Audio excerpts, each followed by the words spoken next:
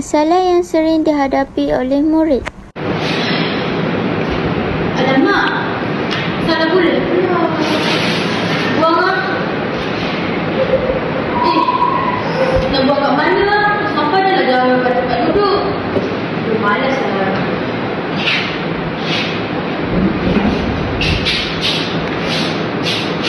Awak jangan masalah je. Ya, saya ada masalah. Sampah kita kan jauh kat tempat duduk. Jadi, saya malas lah nak buang sampah-sampah ni.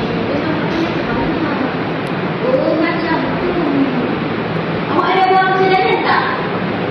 Saya ada satu idea. Kita akan mencipta tong sampah mini. Dapat banyak faedah-faedah dengan menggunakan tong sampah mini ini.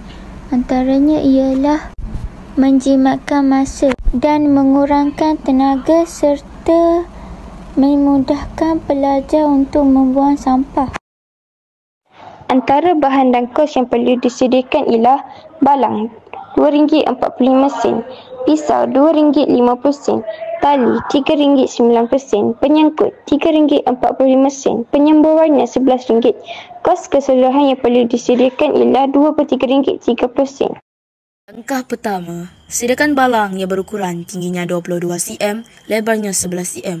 Lalu gunakan pisau lipat atau pisau biasa untuk menebuk lubang di bahagian sisi balang dan di belakang balang. Langkah kedua, masukkan tali rapia atau tali beg ke lubang sisi balang bagi memudahkan pelajar memegang atau membawa balang tersebut.